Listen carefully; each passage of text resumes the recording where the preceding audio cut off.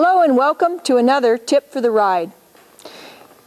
Last time we were together, we talked about some soft shoulder maneuvers and the use of geometry to be able to help us to give clear focus, purpose to our horse, to us, to our balance, and ultimately getting down to all four of those feet.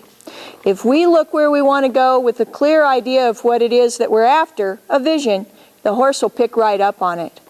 Today we're going to take that little soft shoulder bobby pin exercise that we worked on earlier and carry that up into the canter depart. Now, why is this such an important little exercise to be able to work with for our horses, to be able to get that canter working for us just effortlessly and to feel that jump up into the canter like we are in deep snow and just heading up to the mountains, just that nice effortless canter? Well, to understand that, we need to go back just a little bit and talk about the canter itself, the rhythm of it, the placement of those feet, and then finally, what balance we need to be able to help facilitate that with the horse. Well, the canter, as you're well aware, is a 3-beat gait. Now, a lot of us out west, we probably call that a lope or a gallop, that might be. Our dressage friends are going to call it a canter. The main thing is that we have a distinct 3-beat gait going on. If we had that kind of a rhythm and I was beating my drum, there would be 3 beats. I sort of think of it as a waltz. It's a 1, 2, 3, 1, 2, 3, 1, 2, 3, dun dun dun bum ba-dum ba-dum. A waltz kind of a feel. Now, you may often see some folks doing some canters that actually have a 4-beat, and for most horses that's kind of a sad situation that's going on, probably a pretty stiff back and maybe a lost mind just a little bit. I want a horse that's energetic, keeps a nice 3-beat canter. How do those legs work? Well, the leads are really kind of misnamed. If we say we're going to pick up a right lead, well, here's the pattern of the feet. The first foot to push off for the right lead is the left hind. That's the number 1 foot. Second are these diagonal pairs, the right hind and the left fore, and they work in unison together. The last beat of our 3-beat canter is this right front foot. Now, why we call it a lead, I really don't know, because it's the last foot to actually go. This is an important concept for us as we start to think about setting up our correct canter depart, because we need to know where that number 1 push-off foot is. We're not really riding the lead, we're riding the number 1 foot, which is just the opposite of what the lead is.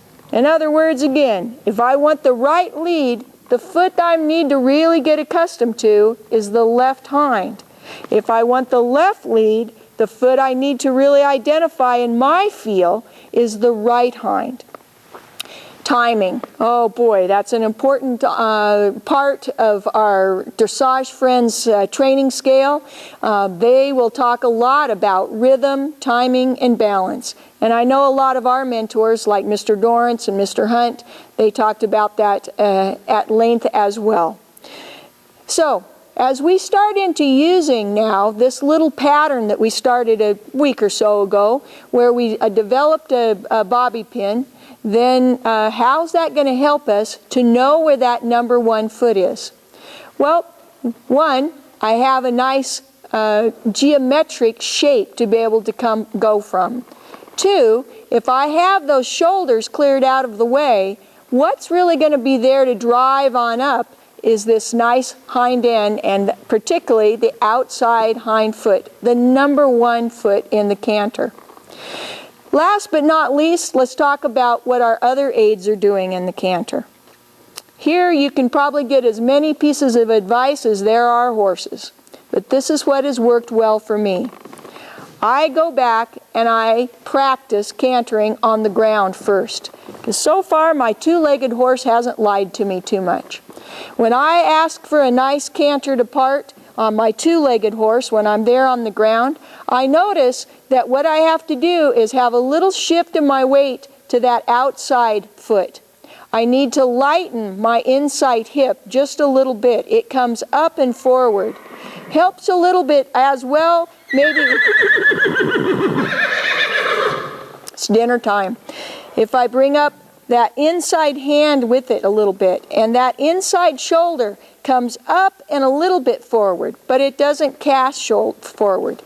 I notice that if I look the direction that I want to go, if I look for that number 3 foot, that lead foot, that I can effortlessly jump up into the canter.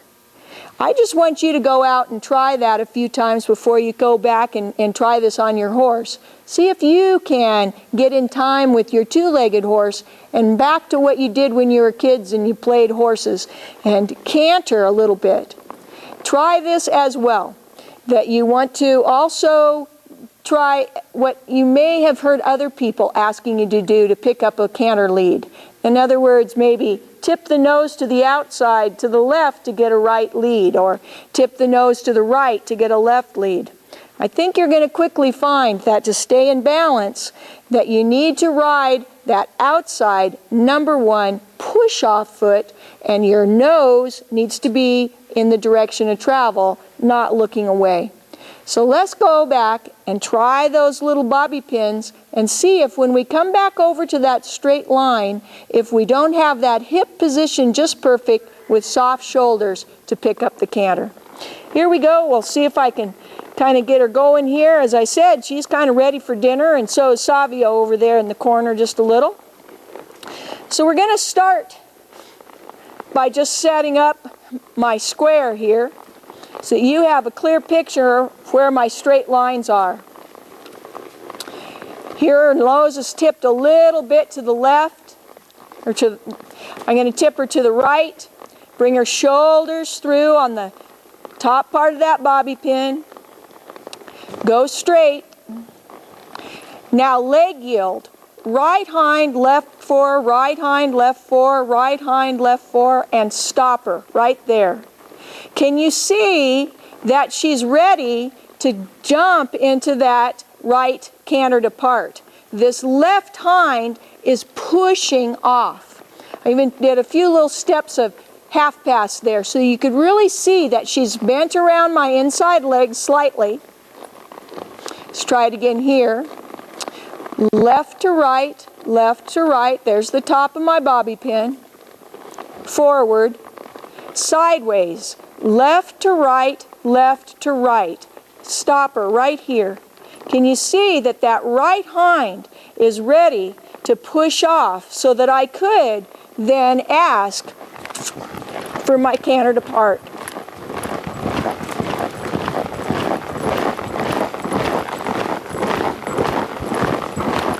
We'll bring her on back down.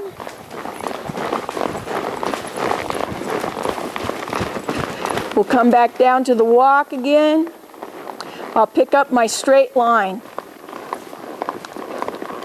The idea is kind of like I have a wall that I'm going out to, and when we hit that, here we go, right to left, right to left. There's my reverse bend. Soften the shoulders. Go out, forward a little, not quite yet. Right to left, right to left. I'm going to hit this wall over here, change my aids, and ask for that canter depart.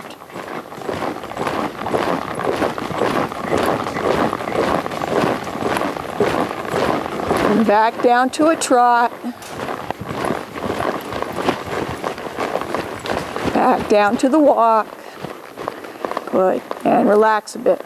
Good. Excellent. Let's talk about how my aids are going to help us now. My aids are my seat, my legs, my hands, my focus. My seat is responsible for balance, as well as my shoulders are responsible for balance, as well as my focus is responsible for balance. My legs are responsible for a slight pressure. They are not there to hang on with. My hands are responsible for both a little bit of pressure and conversation with her tongue and contact and a little bit of balance in that they might say, move over here, I've got a hug waiting for you on that inside or outside rein. My legs in the canter depart will move to the outside leg, goes a bit back, the inside leg, the inside of the bend, caresses at the rib cage a little bit forward. As my hip comes up, my shoulder comes a little bit forward, and I remember what my two-legged horse taught me, less canter. Let's jump up into that deep snow, over that log, into the canter. Let's watch it again from really thinking about my aids. As I ride away here, I'm going to tip her nose to the left. My right leg relaxes. My balance, my seat comes to the right. Go really slow here. As I continue on in a leg yield, left to right, left to right, left to right. Close my right leg a little back and ask for the canter.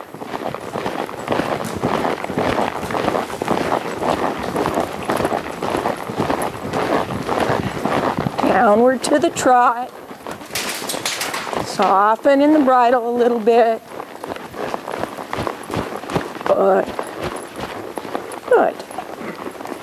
Now let's see if we can set it up going the other way just a little.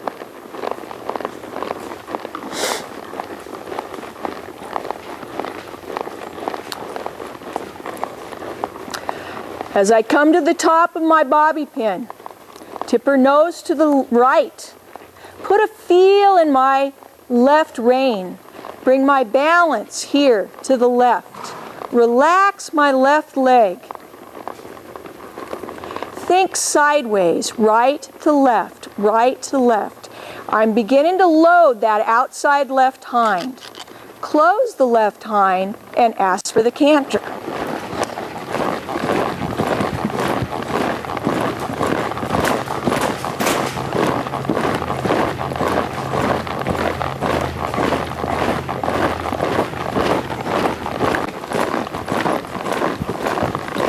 We'll come down to our trot.